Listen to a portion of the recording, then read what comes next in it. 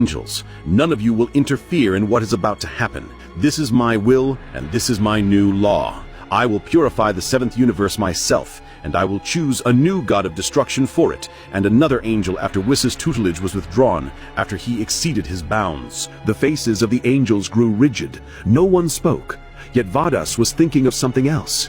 She spoke to herself in a soft voice that no one heard. Gohan, I believed in you. That is why I taught you to surpass your limits. Protect Universe 7 for the sake of my brother Whis.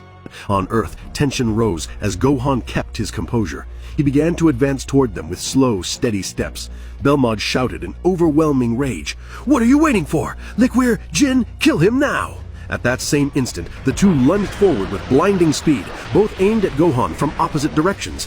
Gohan extended his hands at the very same moment, intercepted them with both palms, grabbed their fists, and stopped their attacks as if time itself had frozen. Then he said with confidence, "I will show you no mercy from now on." He released a thunderous cry that pierced the horizon. Liquir and Jin tried to pull back, but Gohan's grips were like steel. Liquir screamed in panic, "Belmood, do something!" But Belmood wasn't given any time to intervene, because the next moment witnessed a tremendous explosion. They detonated between Gohan's hands in a vortex of light and energy. They were finished. The friends who watched from afar could not believe their eyes. Belmod's eyes widened with a terror he had not known since becoming a god of destruction. At that moment, Gohan pointed with his finger and said in a voice like thunder, "You are the target now. There is no place to run." Gohan vanished from his place. Only a blinding flash was seen, and he lunged at Belmod with a speed that surpassed light itself. The earth trembled as if struck by a celestial meteor. Belmod fell into Gohan's hands, who gave him no chance to breathe, and struck him hard. Gohan spoke in a deep, disdainful tone.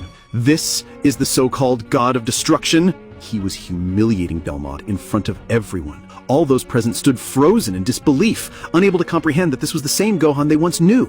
At that moment, Champa watched the scene unfold, and as he realized what was happening, a memory surfaced. He clenched his teeth and muttered in a trembling voice, "No, not again. This boy, he's repeating history. This is exactly what happened to Beerus."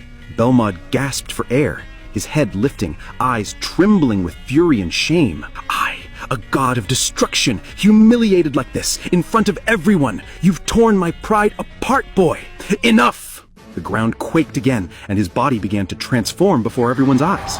Gohan stood still, completely calm, his eyes radiating nothing but confidence and contempt. Belmod approached with heavy steps, each one shaking the air, a savage grin twisting his rage-distorted face. He growled, "Now you'll see the true power of the destroyer you dared to defy." Suddenly, Belmod darted forward like an arrow, unleashing a relentless flurry of punches faster than sight could follow. In the midst of the blazing battle, Gohan was hurled backward by a tremendous force, crashing into the ground. Gasps echoed everywhere. Krillin shouted in shock, "Gohan fell?" Far away, the High Priest observed the battlefield with a cold smile, whispering to himself with satisfaction, "My wish has succeeded. Goku's memory has been erased. Zeno will never question it again."